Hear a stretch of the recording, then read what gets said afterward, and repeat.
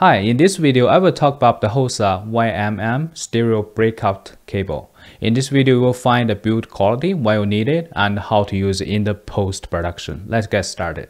First, let's look at build quality. It got some weight in hand, it's very beefy. Let's compare to some other cables.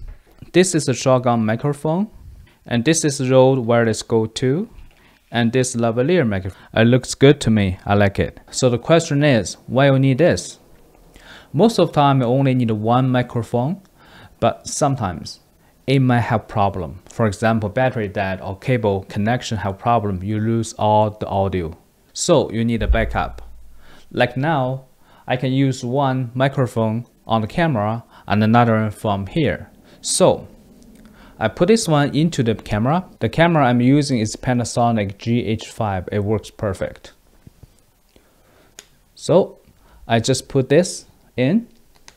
Then I will put on-camera shotgun microphone into one of the adapter. And my second audio source is the Shure SM7B. So I plug in the Shure SM7B into Zoom. And then from the Zoom, it goes out, plug into the another adapter. By doing that, I have two audio input to the camera. So let's go to the post-production. I will show you how. So in the stereo mode, you can choose audio from the on-camera shotgun microphone. This is audio testing for Hosa cable. 1, 2, 3, 4. 1, 2, 3, 4.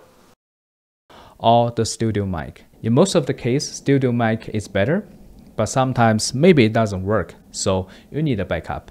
This is audio testing for Hosa cable. 1, 2, 3, 4. 1, 2, 3, 4. Alright, that's it. This is a quick demo of the cable. I hope you find it helpful. See you next time.